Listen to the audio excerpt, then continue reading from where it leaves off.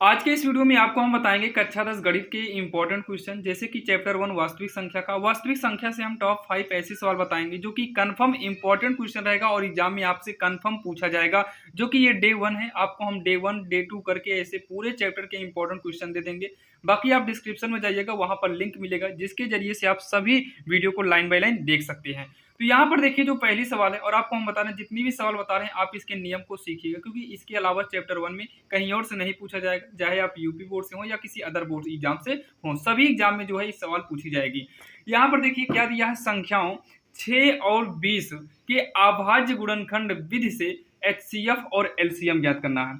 6 और 20 का जो है अभाज्य गुणनखंड विधि द्वारा हमें क्या करना है, अभाज्य गुणनखंड विधि द्वारा हमें एचसीएफ यानी कि मासा, एलसीएम यानी कि लासा निकालना है। तो सबसे पहले देखिए जो हमें संख्या दिया हो, जैसे 6 दिया है 6 को लिखेंगे। अगली संख्या 20 है तो नीचे यहाँ पर 20 को लिखेंगे, इक्वल लगाएंगे। अब उसके बाद क्या करना है, इसे नीचे एक लाइन खींच लिया करो। अब 6 का कहीं और आपको एग्जाम में नहीं, हम यहाँ साइड में कर दे रहे हैं, आप लोग आप एग्जाम में आप कॉपी के सबसे पीछे करिएगा। तो 6 का अगर हम लासा निकालेंगे तो ये 2 तिहाई 6 आएगा, 3 का नाम 3 आएगा, यानी कि ये हो जाएगा 2 गुणे का 3। और यहाँ पर कितना है 20 है, तो यहाँ 20 का साइड में लासा निकालेंगे तो 2 दहमा 20 हो जाएगा, फिर 2 पंचे 10 होगा, 5 का नाम 5, यानी कि 2 2 5 आएगा ना। तो यहाँ पर 2 गुणे 5 कर देंगे, 2 गुणे 5 हो जाएगा। अब इसके बाद हमें क्या निकालना है, एचसीएफ और एलसीएम। तो सबसे पहले हम निकालेंगे एचसीएफ, फिर निकालेंगे इसी के नीचे हम एलसीएम निकालेंगे। तो एचसीएफ का मतलब क्या होता है, जो दोनों में मिले आप उसे लिख लो। जैसे 2 इसमें भी है 2 इसमें भी है, तो हल्का हल्का काट के यहाँ पर 2 को हम लिख लेंगे। ठीक, हम यहाँ पर 2 लिख लिए। अब एलसीएम के लिए क्या करना है, जो दोनों में मिला हो पहले उसको लिख लो। 3 ऊपर है नीचे नहीं मिल रहा है फिर भी लिखिए, नीचे 2 है ऊपर नहीं मिल रहा है फिर भी लिखिए, 5 नहीं मिल रहा है फिर भी लिखिए। एचसीएफ का मतलब जो दोनों में मिले केवल वही लिया जाता है। एलसीएम का मतलब जो दोनों में मिले उसे एक बार लेना है, नहीं तो अन्यथा सभी को उतार लेना है। तो 2 तिहाई 6, 6 दूनी 12, 12 पंचे कितना हो जाएगा 60 हो जाएगा। तो एचसीएफ कितना आ गया 2 आ गया, एलसीएम कितना आ गया 60 आ गया। यही जो है इसका आंसर हो जाएगा, जो कि ये विकल्प पर भी आ सकता है, लेकिन उसमें या तो एचसीएफ ही पूछेगा या तो एलसीएम एक ही बोलेगा, और आपसे इस तरीके से पूछेगा तो यूपी बोर्ड एग्जाम में ये 2 नंबर का क्वेश्चन आता है। अब यहाँ पर अगर आपको अंक बदल देगा फिर भी लासा मासा निकालना है, आप आराम से निकाल लेंगे। अब यहाँ पर जो अगली नंबर सवाल है, अभाज्य गुणनखंड विधि द्वारा 96 और 404 का एचसीएफ ज्ञात कीजिए, फिर इनका एलसीएम निकालिए। देखिए यहाँ पर आपको कैसे घुमा कर दिया है, पहले एचसीएफ ज्ञात कीजिए फिर इनका एलसीएम निकालना है। तो सबसे पहले हम इसका क्या निकालेंगे, एचसीएफ निकालेंगे। तो यहाँ पर हम डालते हैं सॉल्व। सबसे पहले कौन सा अंक दिया है, 96 दिया है, अगला अंक कितना है 404 है। तो सबसे पहले 96 और 404 का हम खंड करेंगे। तो 96 का करेंगे तो 2 से काटेंगे, 2 चौक 8, यहाँ पर 1 बचेगा, साइड में आएगा तो 11 मतलब 16 हो जाएगा, 2 8 16। फिर 2 से करेंगे, 2 दूनी 4, 2 चौक 8 हो जाएगा, 2 का नाम 2, 2 दूनी 4, 2 छंग 12 होगा, 2 तिहाई 6, 3 का नाम 3 होगा, मतलब 1 2 3 4 5 बार 2 आएगा। तो 2 गुणे 2 गुणे 2 गुणे 2 गुणे 2 5 बार हो गया, और 1 बार 3 आएगा। तो 2 दूनी 4, दूनी 8, दूनी 16, 3 48, 3 या 96 हो जाएगा। ज्यादा 2 से काटेंगे, 2 चौक 8, 2 8 16, फिर 2 दूनी 4, 2 चौक 8, 2 का नाम 2 दूनी 4, 2 छंग 12, 2 3 सही है। 2 दूनी 4, दूनी 8, दूनी 16, दूनी 32, 3 या 96। 404 का यहीं साइड में निकाल लेते हैं। 2 दूनी 4, 2 जीरो 0, 2 दूनी 4, फिर 2 से काटेंगे, 2 का नाम 2, 2 जीरो 0, 2 का नाम 2। तो 101 जो है ये स्वयं से कटेगा, 101 स्वयं से कटेगा। तो 2 गुणे 101 होगा, 2 गुणे 101 हो जाएगा। तो यहाँ पर निकालना क्या है, एचसीएफ निकालना है, यानी कि मासा निकालना है। तो एचसीएफ कितना आएगा, दोनों में 2 मिल रहा है, फिर से अगर देखें तो दोनों में 2 मिल रहा है, और कुछ नहीं मिल रहा है तो सब छोड़ दो। 2 दूनी कितना हो गया 4। एचसीएफ में वही लिखना है जो आपको सब में मिले। अब उसके बाद बोला है इनका एलसीएम निकालना है। अब यहाँ पर लिखेंगे, अब एलसीएम यहाँ पर जब अलग तरीके से दिया है तो कुछ ना कुछ ये दिया है तो सोचकर ही दिया है। तो यहाँ पर एलसीएम बराबर निकालने के लिए इसका एक फार्मूला होता है। फार्मूला क्या होता है, दो संख्याओं, तो यहाँ पर ध्यान दीजिएगा, फार्मूला होता है एलसीएम बराबर 2 संख्याओं का गुणनफल बटे में एचसीएफ। तो 2 संख्या कौन कौन से हैं, आप सवाल में ही देखिए। तो 96 और 404 यही 2 संख्या है, तो 96 गुणे में 404 करेंगे। बटे में क्या करना है, एचसीएफ। एचसीएफ कितना है 4 है, तो यहाँ पर 4 करेंगे। आप चाहो तो इसको काट दो या फिर इसे काट दीजिए। 4 × 4, इसी को काट देते हैं। 4 × 4, 4 0 0, 4 × 4 101, तो ये हो जाएगा 96 गुणे का 101 होगा, जो कि इसका गुणा कर लेते हैं 101 और 96 का। तो 6 × 6, 6 0 0, 6 × 6 होगा, 9 × 9 होगा, 9 0 0, 9 × 9, तो 6 9 6 9, 96 96 आएगा, यानी कि 9696 आएगा, जो कि यही इसका उत्तर हो जाएगा। और आप लोग एग्जाम में ध्यान दीजिएगा, जब इस तरीके से दे, पहले एचसीएफ फिर एलसीएम देगा, तो आपको एचसीएफ निकालने के बाद एलसीएम निकालने के लिए आपको ये वाला फार्मूला जरूर यूज करना होगा, अन्यथा आपका नंबर कट भी सकता है। तो आप लोग ध्यान देना, इस नियम को जरूर करिएगा। अन्यथा अगर आपको वो साथ में ही निकालना होता तो वो पहले मॉडल से दिया होता, जैसे इसमें गुणनखंड विधि द्वारा एचसीएफ एलसीएम दोनों साथ में इसे बोला होता। तो ध्यान दीजिएगा। तो चलिए, ये 2 सवाल हो गए जो कि काफी इंपॉर्टेंट थी। अब यहाँ पर आपको अंक बदल कर भी देगा, तो आपको दिक्कत नहीं होनी चाहिए। तो चलिए हम देखते हैं सवाल नंबर 3, यानी कि अगला मॉडल। अब यहाँ पर देखिए, पहले एक सवाल और देख लेते हैं एचसीएफ और एलसीएम में। जैसे कि इसके पहले हमने डबल अंक का देखा था, इसमें देखिए 3 अंक हैं। तो इसमें भी आपको क्या करना है, सॉल्व करेंगे। ये 4 नंबर तक आपको देगा, क्योंकि इसमें अंक बढ़ा दिया है। तो यहाँ पर सबसे पहले क्या करेंगे, लिखेंगे संख्याएं। जो हमें संख्याएं दिया है उस संख्याएं को हम लिखेंगे। संख्याएं क्या दिया है, 6 दिया है, कामा 72 है और 120। तो ऐसे लिखेंगे संख्याएं 6, 72 और 120। उसके बाद यहाँ नीचे लिखेंगे हम 6 बराबर, फिर उसके बाद 72 बराबर, 120 बराबर, फिर वैसे ही लाइन खींचेंगे, क्योंकि लासा और मासा निकालने का रूल वही है। 6 का खंड करेंगे, 2 तिहाई 6 हो जाएगा। 72 का करेंगे तो आप यहाँ साइड में निकाल लेते हैं लासा हम, 2 तिहाई 6, यहाँ पर 1 बचेगा, हो जाएगा 2 छंग 12, 36 दूनी 72। 2 से करेंगे 18 आएगा, 2 9 18 हो जाएगा, फिर 3 से कटेगा, 3 3 का 9, फिर 3 का 9 3 हो जाएगा। ठीक, अब इसके बाद यहाँ पर देखिए 3 बार 2 है, 1 बार 3 है, 2 बार 3 है। ठीक, 120 कैसे निकालेंगे, तो 2 छंग 12, 2 जीरो 0 होगा, 2 तिहाई 6, 2 जीरो 0, फिर 2 से करेंगे तो 15 दूनी 30, 3 पचे 15, 5 का नाम 5 हो जाएगा। मतलब 1 2 3 बार 2 आएगा, 1 2 3 बार 2 आएगा, और 3 5, फिर 3 गुणे का 5 कर देंगे। अब यहाँ पर लिखें क्या, पहले एचसीएफ निकालेंगे। एचसीएफ का मतलब होता है जो तीनों में मिले, तो 2 तीनों में मिला, फिर 3 मिल रहा है, 3 तीनों में मिल रहा है, तो अब कुछ नहीं मिलेगा क्योंकि इसमें खत्म हो गया अंक, तो अब कुछ नहीं मिलेगा। तो 2 तिहाई 6, तो एचसीएफ आपका 6 आ गया, यहीं पर इसको छोड़िए। अब इसी के जस्ट नीचे एलसीएम निकालेंगे। सबसे पहले जो ये मिला हुआ है इसको लिख लीजिए 2, फिर से यहाँ पर क्या मिला है, 3 मिला है। अब उसके बाद ध्यान दीजिएगा, एचसीएफ तो कोई दिक्कत नहीं, लेकिन जब एलसीएम निकालेंगे अगर दोनों में भी कोई चीज मिलती है तो उसको भी हम एक ही बार लिखेंगे। फिर से देखिए, तो ये 2 दोनों में मिल रहा है, तो यहाँ पर हम 2 को एक ही बार लिखेंगे।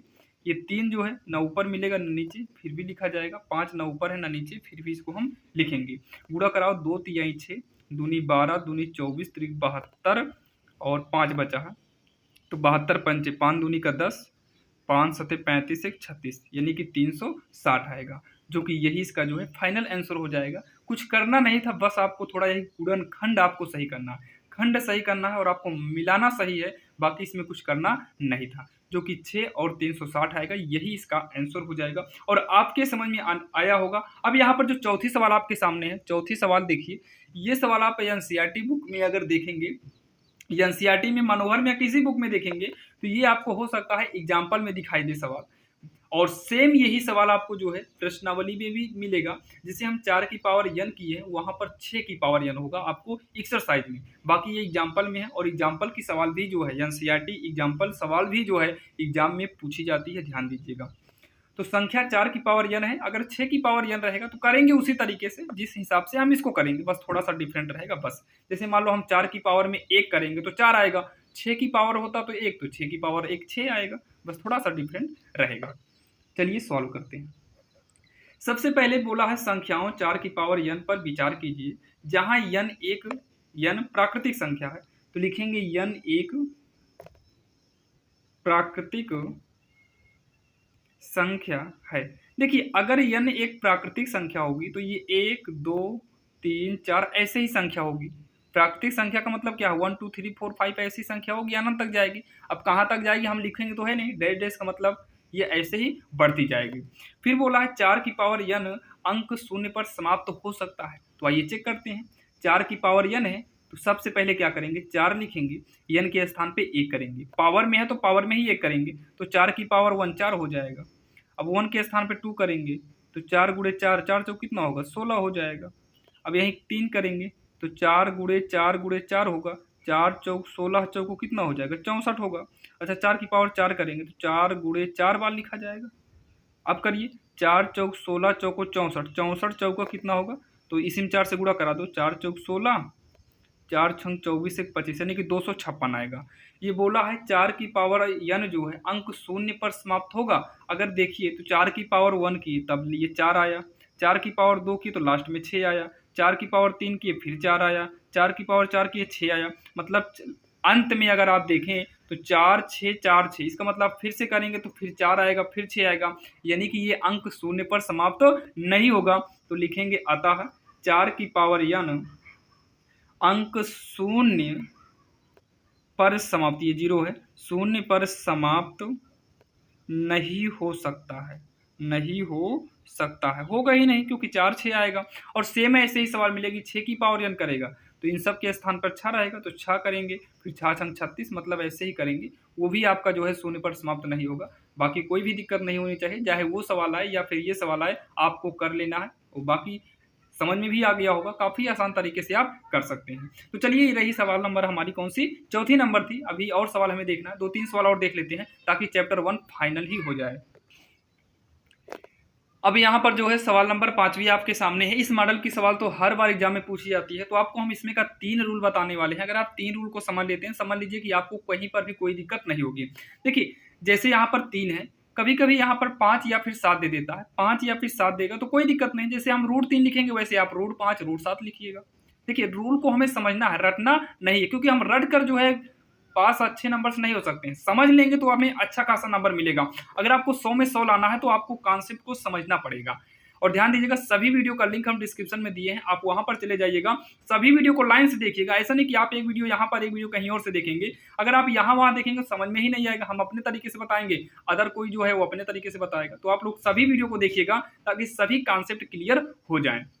और हम जितना भी वीडियो बनाते हैं लॉन्ग नहीं बनाते हैं, शार्ट ही वीडियो रहता है, कम से कम समय में आप सीख लेते हैं, लगभग 10 15 20 मिनट, ज़्यादा से ज़्यादा। तो यहाँ पर देखिए क्या दिया है, सिद्ध कीजिए कि रूट 3 एक अपरिमेय संख्या है। तो सबसे पहले यहाँ पर हम लिखेंगे माना रूट 3 एक परिमेय संख्या है, माना रूट 3 एक परिमेय संख्या।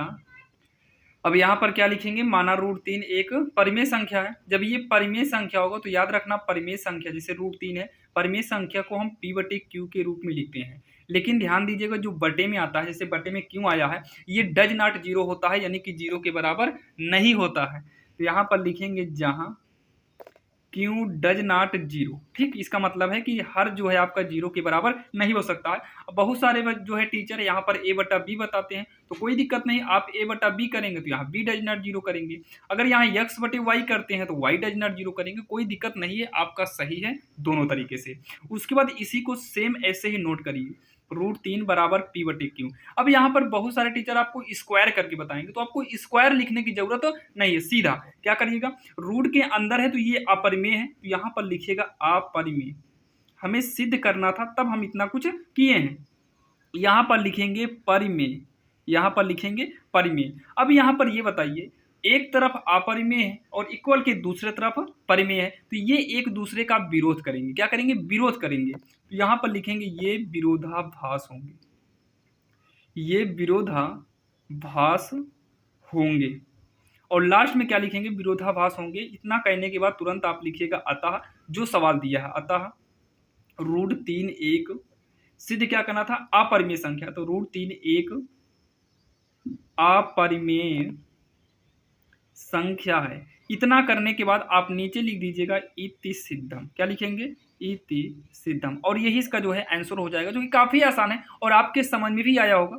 अगर कोई भी डाउट है तो ये सवाल नंबर 2 हम सेम ऐसे ही लिए हुए हैं, बताने चल रहे हैं, आप उसमें देखिएगा और आप कोशिश करना साथ में करते चलिएगा।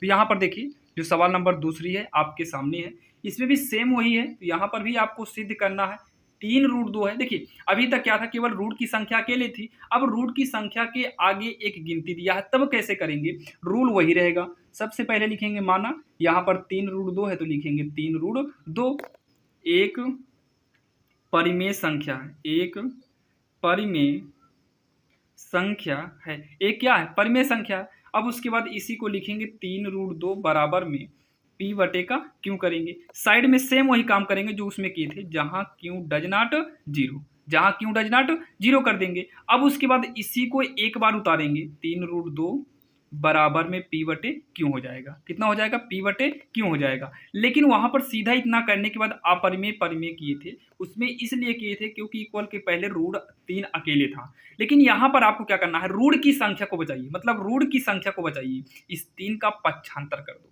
इस 3 का क्या करो, पक्षांतर करो। तो ये 3 जो है इसके गुणा में है, तो ये इधर आएगा तो बटे में आएगा, 1/3 हो जाएगा, और ये P बटा क्यों वैसे ही पड़ा रहेगा। तो एक लाइन और बढ़ाना है आपको, √2 बराबर होगा P का नाम P हो जाएगा, 3 का गुणा कराएंगे तो 3 क्यों हो जाएगा, ठीक। अब उसके बाद ये एक तरफ अब करिएगा, अब फाइनल हो गया रूट की संख्या, तो ये रूट की संख्या अकेले है तो ये अपरिमेय हो जाएगा, और ये सब का सब आपका जो है परिमेय बनेगा, तो ये परिमेय हो गया। और इतना कहने के बाद आपको वही लिखना है, ये विरोधाभास है, ये विरोधाभास, ये विरोधाभास होंगे, जो इसके पहले हमने किया था वही करना। और लास्ट में क्या लिखेंगे, अतः जो सवाल दिया है, सवाल में 3√2 था, अतः 3√2 एक अपरिमेय संख्या, अपरिमेय संख्या है। और लास्ट में क्या लिख देंगे, इति सिद्धम, क्या लिखेंगे, इति सिद्धम। यही इसका जो है फाइनल आंसर हो जाएगा, जो कि काफ़ी आसान है और आपके समझ में भी आया होगा। अगर कोई भी डाउट हो तो आप लोग बताइएगा, जो कि सवाल नंबर 6 था, जैसे इसके आगे। अब यहाँ पर एक और देख लेते हैं, यहाँ पर देखिए एक और देख लेते हैं जो कि इस तरीके से है। तो यहाँ पर देखो सॉल्व करेंगे, इसमें भी आपको वही लिखना है, माना 5 माइनस √3 एक परिमेय संख्या है। तो यहाँ पर होगा 5 माइनस √3 इक्वल में क्या करेंगे, P बटा क्यू, साइड में क्या लिखेंगे, जहाँ क्यू डज नॉट जीरो। फिर उसके बाद हम पूरा यही उतारेंगे, 5 माइनस √3 बराबर P बटा क्यू। कुल मिला के आपको क्या करना है, इक्वल के पहले रूट की संख्या बचाना है, बाकी पारी पारी सबको हटाइए। तो माइनस √3 उतारेंगे, P बटा क्यू, ये जो 5 है ये प्लस में है, इक्वल के इधर आएगा तो माइनस का 5 हो जाएगा, √3 इधर का माइनस उठा के इधर करिए, जब इधर का माइनस इधर करोगे तो इधर जो माइनस में है वो प्लस हो जाएगा, जो प्लस में है वो माइनस है, तो इसे प्लस माइनस करके हम आगे पीछे कर दिए। अब यहाँ पर देखिए इतना करते ही ये क्लियर हो गया कि रूट में अकेले है, तो ये आपका अपरिमेय क्या हो जाएगा, अपरिमेय, और ये क्या हो जाएगा, परिमेय, क्योंकि सब के सब रूट से बाहर है। रूट वाला अकेले बचाना है, बस कोशिश यही होनी चाहिए जो रूट के अंदर है उसे अकेले बचाइए। अब उसके बाद यहाँ पर लिखेंगे ये विरोधाभास होंगे, ये विरोधाभास होंगे, और विरोधाभास होते ही तुरंत लिखना है, अतः जो सवाल है 5 माइनस √3 एक अपरिमेय संख्या है। अपरिमेय संख्या इतना लिखने के बाद जो है लास्ट में क्या करेंगे, इति सिद्धम, इति सिद्धम, यही इसका आंसर हो जाएगा। जितने भी आपको लिखित एग्जाम में है आपको इतनी सवाल ही पूछी जाएगी, 6 सवाल, इसके अलावा नहीं पूछा जाएगा। बाकी आप डिस्क्रिप्शन में जाइएगा, वहां पर हम सभी इंपॉर्टेंट क्वेश्चन को लाइन से बताएंगे, और वहां पर आपको OMR कराएंगे, यानी कि विकल्प वाला कराएंगे। आप OMR की भी लिस्ट जरूर देखिएगा। अगर आप प्लेलिस्ट की सारी सवाल पढ़ लेते हैं तो हम कंफर्म बता रहे हैं कि आपको 70 में 70 पूरा का पूरा मिलेगा, क्योंकि 30 नंबर तो स्कूल तरफ से ही मिल जाता है यूपी बोर्ड एग्जाम में, बाकी अदर जगह भी मिलता होगा, और बाकी नहीं मिलता है तो आपको OMR कराएंगे, यानी कि टोटल अगर आप पढ़ लेते हैं तो आपको 100 में 100 कहीं पर भी नहीं जाने वाला है। जैसे बिहार में तो विकल्प ही होता है, तो विकल्प वाला भी आपको हो जाएगा।